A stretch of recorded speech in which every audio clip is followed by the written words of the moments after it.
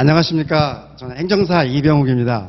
여기 보시다시피 그 행정사 실무 심화교육에서 공정거래 일반을 맡은 이병욱이고요. 저는 현재 그 공정거래지원협회 부회장으로 현재 있습니다.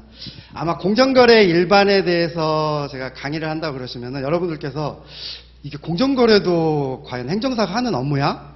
라고 좀 의문을 제기하시는 분도 계신데 행정사의 업무에 속합니다. 통상 그 행정사의 업무를 따졌을 때 큰 카테고리로 따지면 한 10서너 가지가 되고 세부적으로 가지치기를 하면 뭐 어떤 분은 뭐 한 500가지, 1000가지라고 말씀하시는 분이 있는데 공정거래도 행정기관에 있어가지고 공정거래위원회, 한국공정거래조정원이라는 행정기관이 있기 때문에 행정사가 당연히 할 수 있는 업무입니다.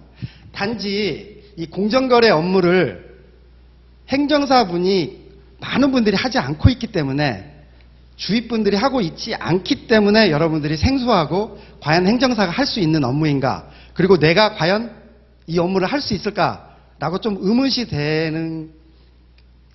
의문시하고 있으신데요.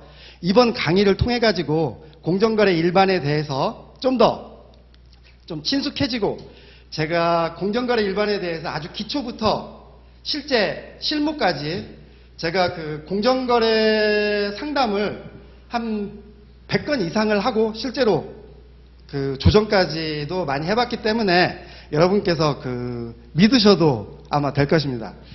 그 공정거래는 현재 그 공정거래위원회 출신 행정사분 아주 극소수 일부분만 이 업에 진출하고 계시고요. 대부분이 변호사분들이 이 업역을 다 점령을 하고 계십니다.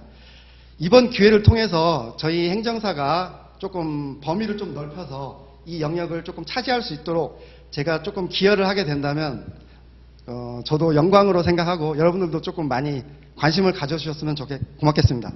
그러면 그 강의 계획에 대해서 조금 말씀드리겠습니다. 첫 번째, 여러분께서 낯설어 하시기 때문에 공정거래 시장이 어떻게 구성이 되어 있는지 그에 대해서 먼저 설명을 드리고요. 이 공정거래를 과연 나도 할 수 있을까?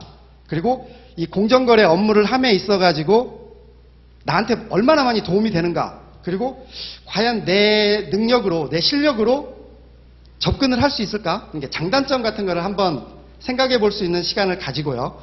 그 다음에 또 한 가지, 그럼 행정사가 이 공정거래 업무에 있어서 어느 범위까지 일을 할 수 있는가에 대해서도 여러분과 같이 생각해 보는 시간을 갖도록 하겠습니다.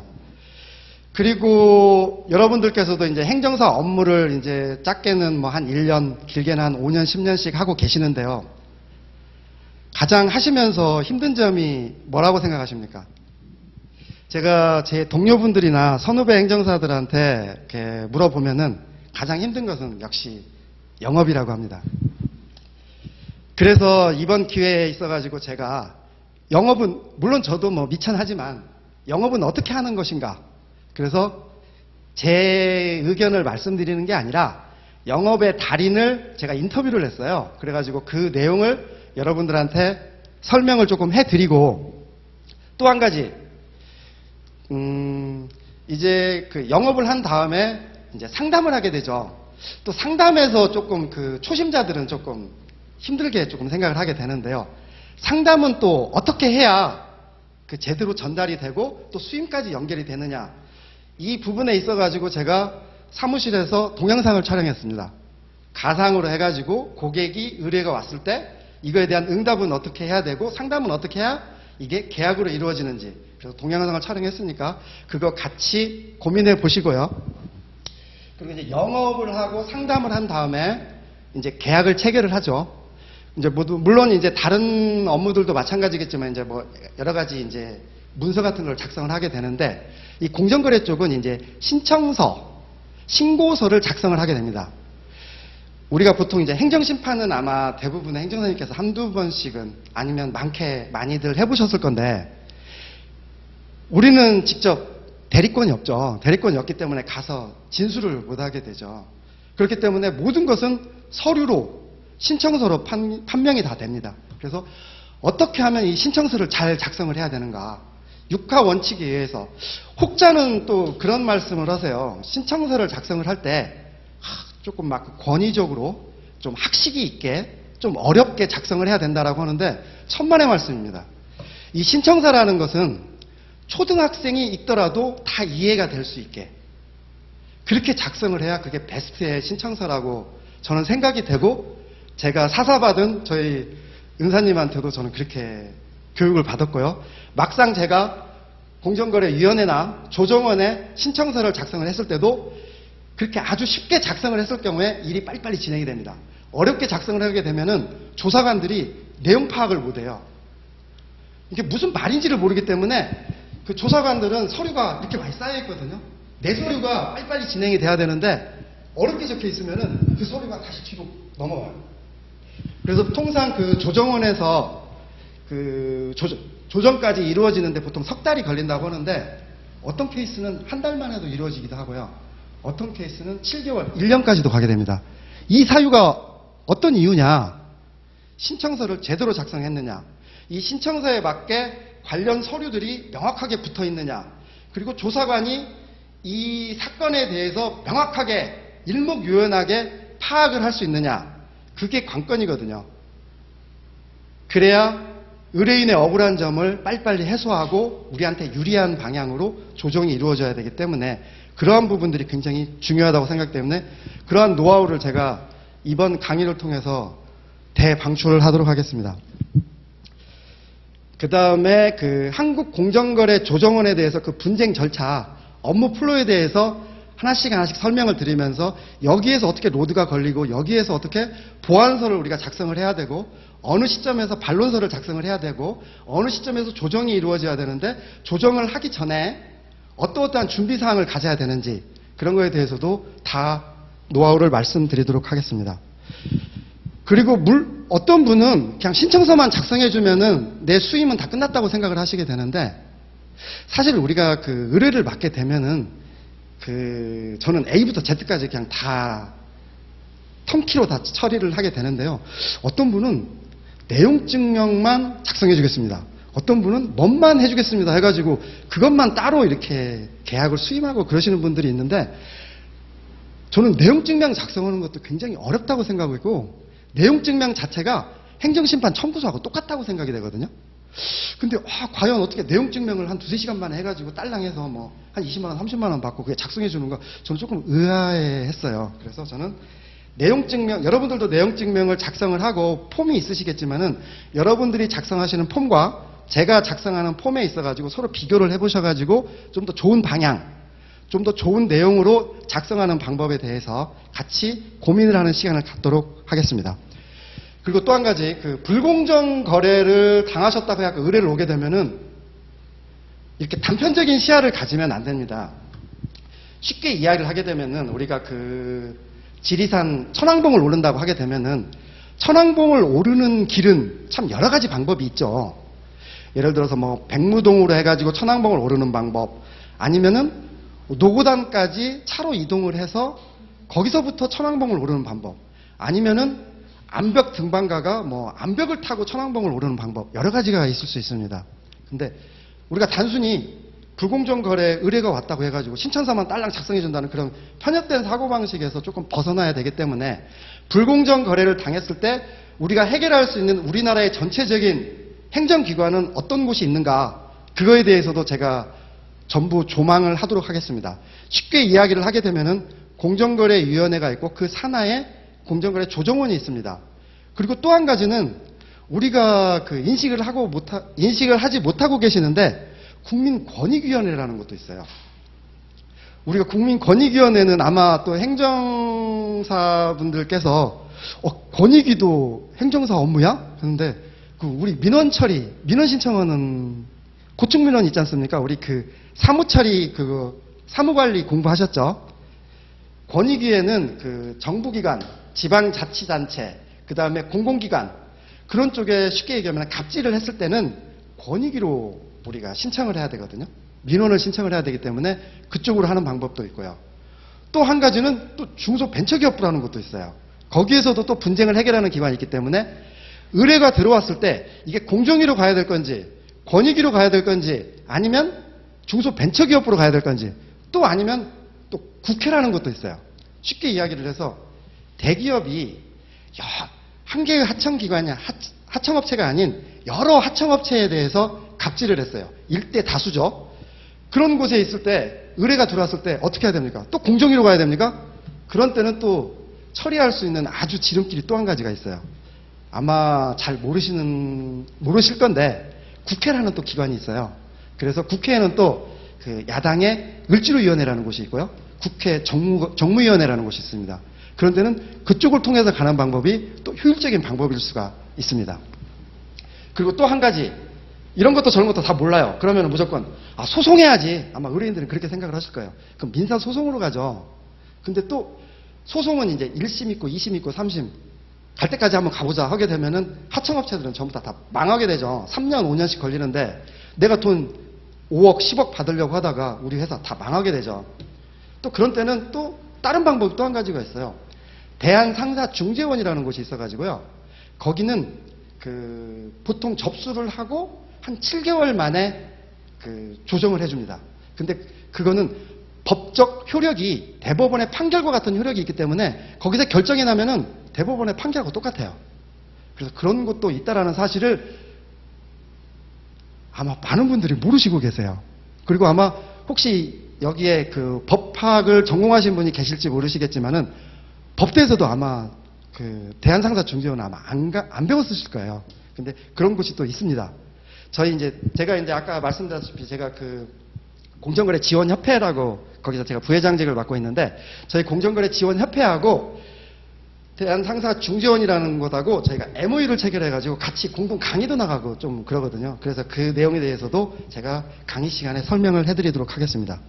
이게 전체적인 내용이고요. 또 한 가지 이제 그러면 이제 뭘 알아야 되죠. 뭐 법을 알아야 저희가 해결을 하게 되는데 그래서 이 공정거래법에 있어서는 그 산하에 있는 법이 한 7, 8가지가 되는데 그 중에서 가장 어렵고 최고봉이고 가장 꽃이라 할 수 있는 하도급법에 대해서 제가 강의 시간에 대해서 중점적으로 말씀을 드리려고 합니다. 하도급법이 가장 조금 어렵고요. 가장 또 돈이 되고요. 또 가장 또 해결을 하게 되면 좀 희열을 느끼는 그 종목이 하도급 관련 분쟁 조정입니다. 그래서 하도급법에 대해서 주요 쟁점은 무엇이고 어떤 법 조항들이 있고 우리가 뭘 주의 깊게 봐야 되는지 그리고 의뢰인이 오셨을 때 체크리스트를 제가 또 말씀드릴 건데 이러이러한 사항에 대해서 다 체크를 해가지고 상담을 해야 되는데요. 그런 그 체크리스트까지 제가 다 대방출을 하도록 하겠습니다. 그리고 하도급법에 있어서 그 핵심적인 사항이 있는데요. 계약서를 잘 작성해야 돼요. 첫 번째. 그 다음에 대금 지급 보증이라는 게 있고요. 그 다음에 대금 직접 지급이라는 게 있고요. 그 다음에 지연이자가 있습니다. 보통 요즘 그 이자가 은행에서 이자가 한 몇 프로 정도 되죠? 한 5%, 6% 되나요? 근데 하도급법에서 있어가지고 지연이자는 연 15.5%입니다. 그래가지고 해결이 안 돼도 좋아요. 계속해서 이자는 발생이 됩니다. 마지막에 이기면 돼요. 그러면은 우리가 은행에서 이자를 받는 것보다 한 3, 4배는 더 받을 수 있죠. 그러니까 그런 것도 좀 있다라는 거 알아두시고요. 그 다음에 조정이 있는데요. 예를 들어서 우리가 10억의 손해를 봤다 해가지고 이제 신청을 작성했어요. 그러면 10억을 다 받을 수 있는 건 또 아니죠. 또 상대방 측에서는 야, 너 이것도 잘못하고 이것도 잘못하고 이것도 잘못했잖아. 그러니까 좀 깎자. 그래가지고 깎을 때 예를 들어서 그쪽에서는 또 후려치겠죠. 그러면은 뭐 2억에 우리 조정하자. 그러면은 우리가 그 법 위반 사항이 명백하고 그에 대한 서류가 명백할 경우에는 조금 질러도 됩니다. 뻗쳐도 됩니다. 그런 점이 있어요. 밀고 당기는 과정. 사실 그것도 협상의 어떤 기술인데 그런 것들도 굉장히 중요합니다. 나중에 가서. 그래서 그런 부분들도 여러분들과 같이 고민해보는 시간을 갖도록 하겠고요. 이제 상담을 하게 되면은 그 신청서만 작성해 주는 게 아닙니다. 막 수시로 그 별의별 질문들을 다 하게 됩니다. 그래서 제가 또 한 가지 그 테마를 잡아가지고 하도급 대금을 받는 법칙이라고 해가지고 어떻게 하면 내가 그 일을 하고 정산을 제대로 받는가. 그래서 정산을 받는 법칙. 그래서 정산을 받기 위해서는 내가 사전에 어떠한 서류들을 미리미리 준비를 해야 되는가. 그거에 대해서 제가 설명을 조금 드릴 거고요. 그 다음에 아까도 말씀드렸죠. 신청서 작성하는 게 굉장히 중요한 사항이다라고. 그래서 신청서 작성을 제가 실제로 신청서를 작성하고 조정까지 가가지고 조정금을 얼마 받은 것까지 해가지고 그 신청서를 제가 한번 오픈을 한번 해드리려고 합니다. 이건 실제 사례입니다. 우리나라에 아무도 없는 제가 만든 사례이기 때문에 실제 일어났던 일이기 때문에 그거에 대해서 여러분과 같이 한번 가지고 같이 작성하는 연습을 한번 해보도록 하겠습니다. 그리고 아까 신청도 있었고 소송도 있었죠. 신청과 소송 관계의 선후 관계 그것도 한번 고민해 보도록 하겠고요. 그 다음에 아까 공기업, 지자체, 공공기관이 갑질을 할 때 어떠한 우리가 대응을 해야 되는가 그 부분도 해야 되겠고 원사업자 보통 원사업자가 이제 대기업이 좀 많습니다. 그 사업자들이 굉장히 카드급 업체를 괴롭혀요. 쉽게 얘기하면은. 근데 이제 요즘은 조금 많이 좋아졌는데 제가 주로 이제 저는 보통 지금 현재도 지금 진행을 하고 있고 신청서 작성도 지금 하고 있는데 지금 말만 하면 여러분들 다 알 수 있는 대기업들 그리고 대기업하고 싸워가지고 이제 이긴 사례들도 많이 말씀드릴 건데 그런 원사업자들은 이제 집요하게 조금 법의 그 사선에서 조금 괴롭힘을 많이 하게 되는데 그거에 대한 대처 방법 그런 방법들도 의뢰인들이 문의를 해요. 이런 때 어떻게 해야 되냐? 이런 때 내용 증명을 보내야 되냐? 이런 때 가서 싸워야 되냐? 이런 때 수그려야 되느냐? 그런 거에 대해서 제가 상담하는 스킬 같은 것도 말씀을 드리도록 하겠습니다. 그리고 이런 것은 이제 이론적인 또 사항이고 실질적으로 이제 사례를 또 여러 케이스를 제가 말씀을 드릴 거고요. 그러면 이 케이스를 놓고 그럼 법 쟁점이 무엇인가? 그래서 여러분들이 이제 법 조항을 찾는 방법. 내가 이 법 조항을 찾았는데 제대로 찾았는가? 그거에 대해서 같이 여러 케이스를 가지고 연습해보는 시간을 갖도록 하겠고요. 그 다음에 마지막으로 또 신청서를 작성하는 방법. 그거에 대해서 여러분들과 같이 공부하도록 하겠습니다. 조금 두서없이 말씀드렸는데 이 공정거래 관련 업무는 솔직히 블루오션입니다.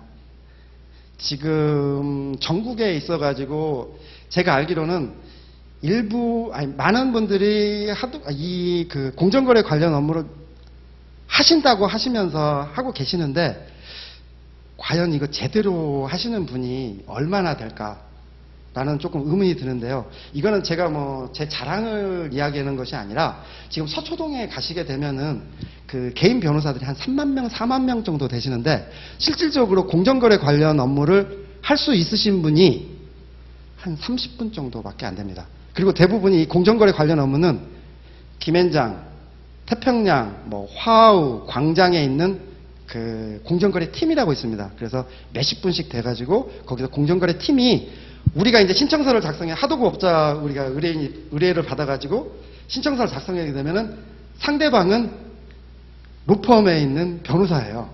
그럼 우리가 신청서를 작성하면 상대방은 반론서를 또 작성하게 되거든요. 그러면 별의별 또 궤변을 다 늘어놓습니다. 그럼 그 반론서에 대한 또 우리가 반론을 또 제시를 해야 되거든요. 그렇기 때문에 여러분들이 조금 많이 그 내용을 조금 익숙해져야 그 변호사분들하고 같이 대응을 할 수 있으니까 그런 분들에 대해서 제가 많이 노하우를 설명을 드리겠습니다. 그래서 아주 기초적인 것부터 해가지고 실전까지 제가 그 강의 시간에 설명을 드릴 테니까요.